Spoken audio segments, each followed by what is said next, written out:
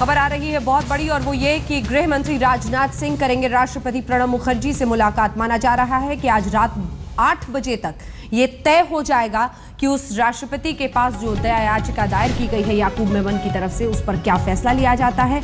गृह मंत्रालय के सूत्र ये बता रहे हैं कि याकूब की फांसी पर गृह मंत्री राजनाथ सिंह करेंगे प्रणब मुखर्जी से मुलाकात।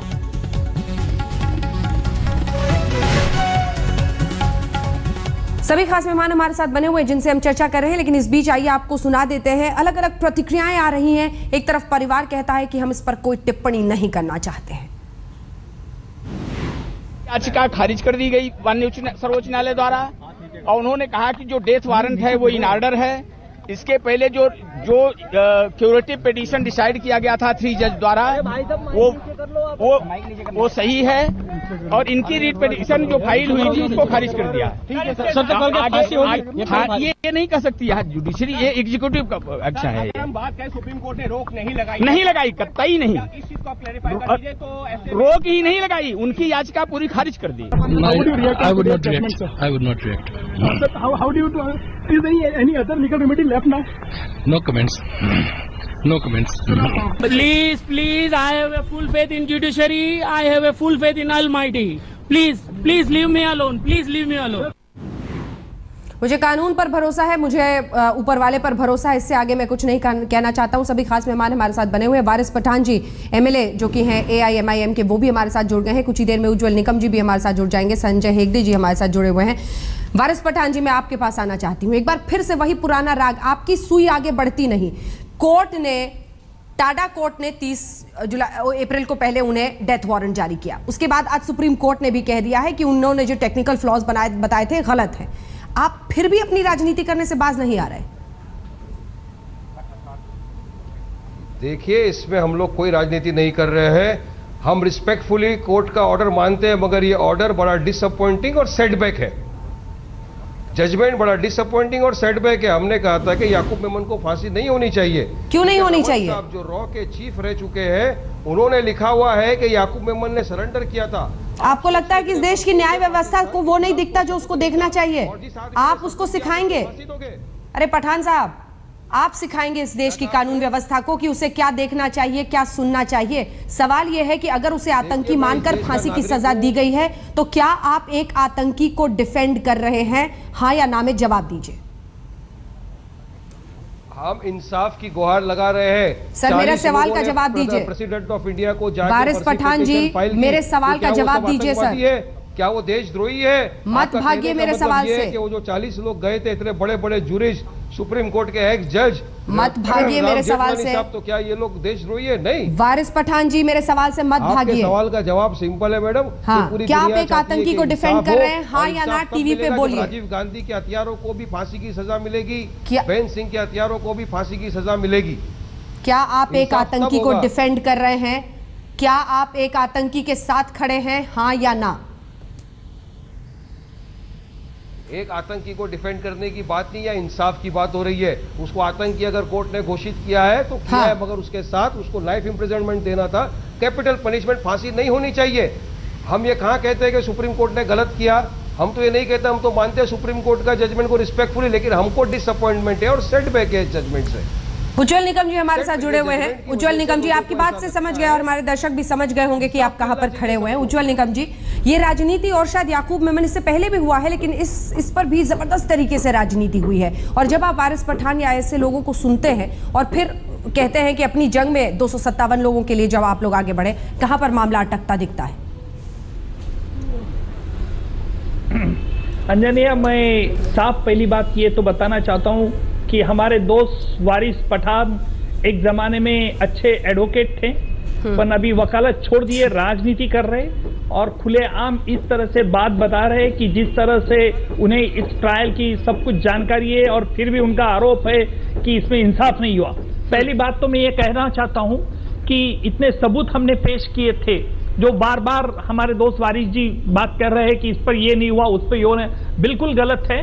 ये याकूब के खिलाफ बहुत संगीन सबूत कोर्ट में पेश किए थे और जिसकी वजह से पाकिस्तान में कुछ ट्रेनिंग के लिए लोग गए थे, जो पाकिस्तान में जो ट्रेनिंग लिए थे उनकी हमने माफी का गवाह बना के उनका कोर्ट में एविडेंस लिया था और circumstantial evidence and documentary evidence हमारे पास था।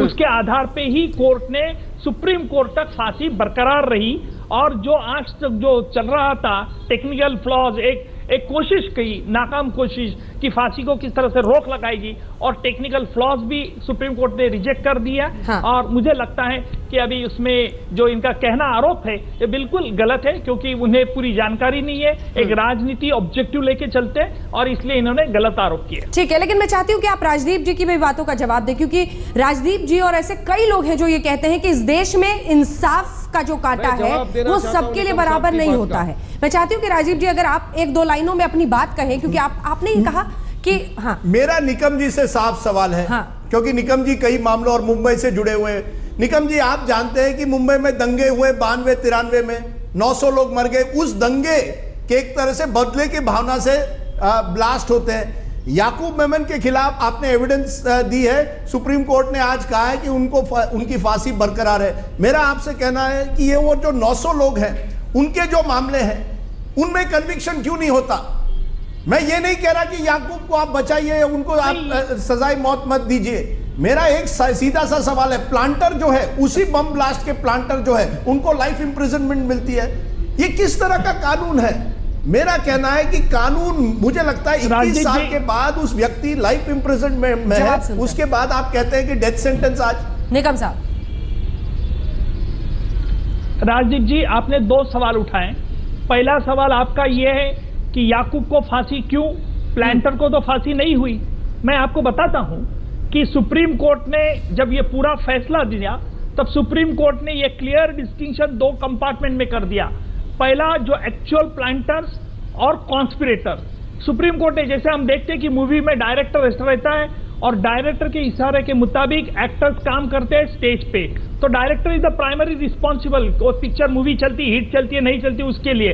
उसी तरह से कॉन्स्पिरेटर को सुप्रीम कोर्ट ने कहा कि इस कॉन्स्पिरेटर की सूचना के मुताबिक ये एक्टर्स लोगों ने प्ले किया है। जो प्लांटर्स थे, मुझे जानकारी है, एक्टर्स जो प्लांटर्स थे वो बहुत सीधे साधे आदमी थे। उनको एक रिलीजियसली मोटिवेट किया गया और उन्होंने रख दिया काला साबुन।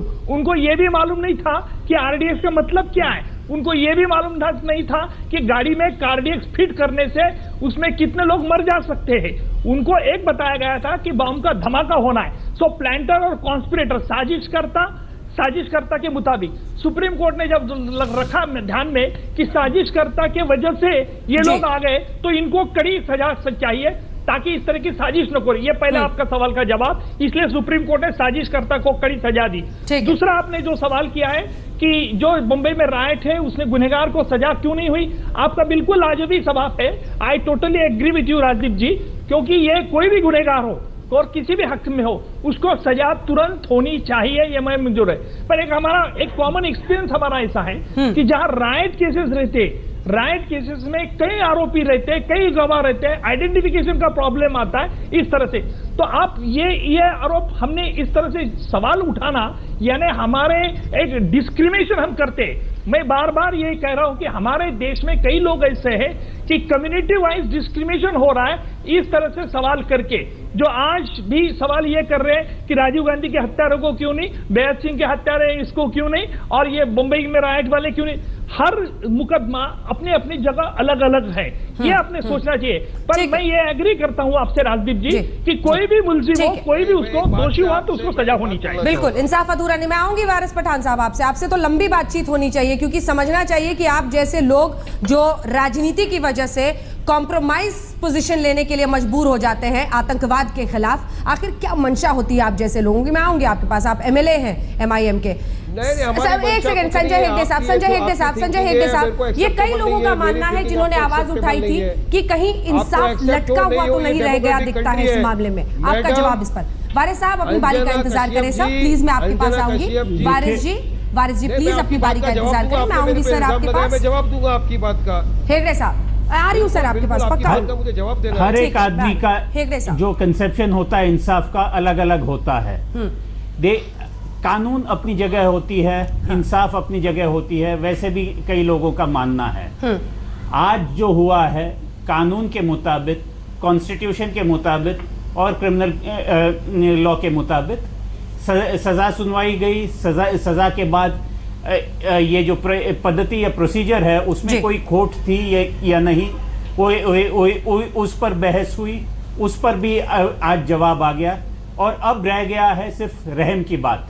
रहम की बात तो महाराष्ट्र गवर्नर ने नकार दिया है, अब माननीय राष्ट्रपति जी के पास है जी। पर राष्ट्रपति जी भी अपने इंडिविजुअल कैपेसिटी में रहम देना या ना देना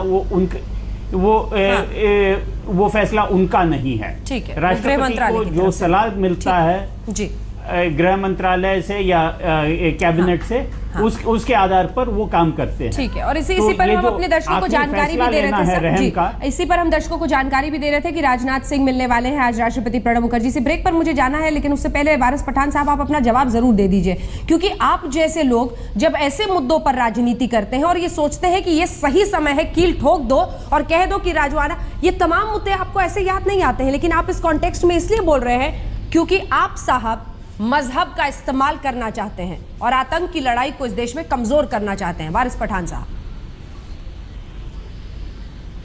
अंजना कश्यप जी, आपकी बात से मैं बिल्कुल ही सहमत नहीं हूं। आप जो इल्जाम लगाना चाहे आप लगा सकते हैं, डेमोक्रेसी है। आप मुझे कुछ कहोगे, मुझे मंजूर नहीं है, मैं कुछ कहूंगा, आपको मंजूर नहीं है। मैं तो ये चाह रहा हूं कि देश आज की तारीख में इंसाफ मांग रहा है। उज्जवल निकम जी जो इतने वरिष्ठ वकील हैं, यहाँ बैठे हुए हैं, मेरे मित्र भी हैं, मेरे साथ इस ट्रायल में भी थे, उनके पास तो 100% कन्विक्शन रेट है। तो मैं उनसे ये मुतालबा करूंगा, और हमने तो ये भी कहा है, हमारे प्रेसिडेंट ने भी कहा है कि हम उज्जवल निकम जी को सरकार से बोल के ये कहेंगे कि जो मालेगांव ब्लास्ट है, अजमेर ब्लास्ट है, मक्का मस्जिद ब्लास्ट है, इन सारे केसों में इनको हम प्रोसिक्यूशन अपॉइंट कराना चाहते हैं, और हम चाहते हैं कि इन सारे केसों में ये कैपिटल पनिशमेंट, फांसी की सजा कराएं। ये इतने वरिष्ठ वकील है, इनको पता होना चाहिए। निकम साहब, मैं आपसे पूछना चाहता हूं, क्या रॉ के जो चीफ थे बी रमन साहब, उनका स्टेटमेंट जो था कि याकूब मेमन ने सरेंडर किया, उसको कैपिटल पनिशमेंट नहीं मिलनी चाहिए, वो सही है गलत है? याकूब मेमन ने ये स्टेटमेंट दिया पाकिस्तान के बारे में, उसने एविडेंस ला के दिया हिंदुस्तान को, क्या ये सही है गलत है? अगर ये सही है तो क्या याकूब मेमन जी को कैपिटल पनिशमेंट मिलनी चाहिए? मैं आपसे सवाल करता हूं निकम साहब, आप वारिस जी, मैं जवाब दे रहा हूं। निकम साहब, वारिस जी, देश आपसे जवाब मांग रहा है। मैं जवाब दे रहा हूं ना, आप कंप्लीट नहीं किया, एक ही मिनट। अरे दो हाथ से मांगो भैया, दो हाथ से मांगो। प्रोसिक्यूशन थे, अरे लेक्चर दे रहा हूं मुझे, प्रोसिक्यूशन लेक्चर मत दो, अंदर लेक्चर मत दो भैया, पॉलिटिकल नहीं है, तुम आर्गुमेंट नहीं करते थे कोर्ट में। मैं आपको याद दिलाना चाहता हूँ, वारिस जी तुम अभी लेक्चर अच्छे देते हो, मैं मानता हूँ, पर ये राजनीति अखाड़ा नहीं है।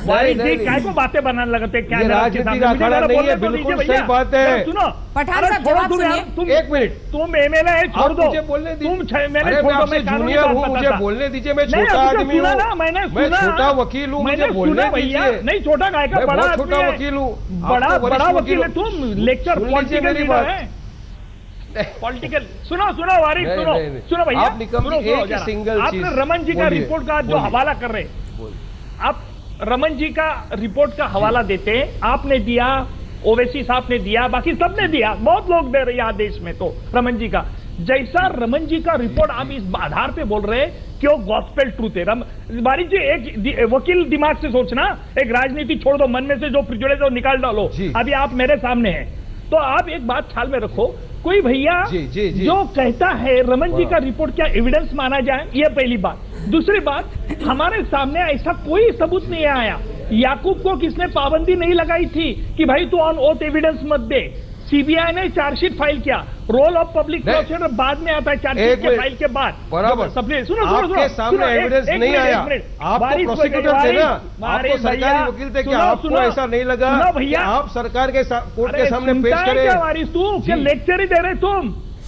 Waris, you are a junior advocate. The etiquette manner says when senior speaks, junior should shut down. तो ये सुनो वारिस, क्या हुआ भाई, आप मान लेंगे कि ये सीनियर जूनियर बम्बई हाईकोर्ट की लड़ाई हो गई है। नेता करके आपको नमस्कार निकम जी, आप सीनियर जूनियर बम्बई हाईकोर्ट की लड़ाई कर रहे हैं। बताओ कि अगर नहीं लड़ाई नहीं है, नहीं राजदीप, तुम हमें लड़ाई मत लगाओ। तो भैया वारिस मुझे बताओ कि कल दाऊद इब्राहिम बोलेगा मैं सरेंडर हो रहा हूं तो मुझे कानूनी मिटिगेटिंग सर्कल मुझे गुना ऐसा हो बस। सकता है क्या? कभी हो नहीं सकता। बिल्कुल। उसके बाद जो रमन जी का रिपोर्ट का बिल्कुल, आधार उज्ज्वल आप दे निगम रहे जी। हैं, रमन जी क्या कह रहे हैं? अच्छा, नहीं, रमन जी का रमन जी क्या रिपोर्ट बिल्कुल आया। सही बात कही आपने, रमन उज्ज्वल जी का निगम। रिपोर्ट आया। दूध का दूध पानी का रमन पानी। जी उस सुना वक्त यार? रॉ के चीफ सुनो, थे। रमन का रॉ रिपोर्ट के का चीफ दूध का थे, दूध रॉ पानी। के इंचार्ज अरे थे, रॉ आपके के चीफ नहीं ऑपरेशन थे, एक सरेंडर सेक्शन के के चीफ इंचार्ज थे रमन ये भी जी। गलत बहुत अरे महत्वपूर्ण बात। सेक्शन कौन सा सेक्शन था? एक- पाकिस्तानी एक- डेस्क, उज्ज्वल जी। पाकिस्तानी डेस्क के सेक्शन के थे वो चीफ। उज्ज्वल जी मुझे एक ब्रेक के लिए मजबूरन उन्होंने रुकना कहा, पड़ रहा है सर, आप भी तो आप बने अगर रहिए हमारे चलो- साथ। सुधांशु जी, अखिलेश जी, बहुत माफी आपसे, आप प्लीज हमारे साथ बने रहिए। ब्रेक के बाद मैं जो लौटूंगी तो जल्दी से आप दोनों से जरूर कमेंट लूंगी। सुधांशु जी आपसे भी। वारिस पठान साहब एक सेकंड, अब तो ब्रेक हो रहा है, थोड़ा सांस ले लीजिए। सवाल यह है कि सबसे बड़ी दलील यही है कि क्या अगर दाऊद इब्राहिम कल को सरेंडर कर देता है और आकर कहता है कि मैं अप्रूवर बन रहा हूं, तो क्या उसको इसी बना पर छोड़ दिया जाएगा? सवाल यह है कि आतंक के खिलाफ जीरो टॉलरेंस की यह लड़ाई कहां पर कॉम्प्रोमाइज होनी है और कहां पर नहीं होनी है, ये कोर्ट्स को तय करने देना चाहिए। एक ब्रेक के लिए हम रुक रहे हैं, आप देखते रहिए। वक्त की कमी है, सभी खास मेहमान हैं, एक एक लाइन में आप दोनों से। सुधांशु त्रिवेदी जी, अखिलेश जी, जवाब इतना चाहती हूं कि राजनीति ऐसे मुद्दों पर नहीं होनी चाहिए, कानून से ऊपर कुछ नहीं। सुधांशु जी जल्दी से। देखिए, मैं एक बात सिर्फ ये कहना चाहूंगा कि इस तरह की बातों के ऊपर क्यों होता है कि इशरत जहां का मामला हो, अफजल गुरु का मामला हो, याकूब का मामला हो, इन पे एक ही प्रकार के लोग एक साथ खड़े होते हैं। और दुर्भाग्य से कहूंगा, वो कांग्रेस एपीजे अबुल कलाम का तो 2007 में विरोध करती है कि राष्ट्रपति नहीं होना चाहिए, ऐसे लोगों के साथ खड़े रहती है। और दुखद है कि जो ये कहा जाता दंगे की प्रतिक्रिया में ब्लास्ट हुआ, इस ढंग की सैद्धांतिक उनको गाइडेंस प्रोवाइड करने का जो कार्य किया गया है, उसने भारतीय राष्ट्र को बहुत क्षति पहुंचाई है। खामोश नहीं होंगे अभी। आपने देखा कि किस तरह से एपीजे कलाम को भी घसीटने का प्रयास किया। अरे घसीटने की बात नहीं है, वक्त पर ऐसे मुद्दों पर राजनीति जरूर होती रही है, लेकिन वही वक्त की कमी मजबूरी रहती है हमारी सबसे बड़ी। एक ब्रेक के लिए हमें रुकना पड़ रहा है, एक ब्रेक के लिए रुक रहे हैं, फौरन लौट।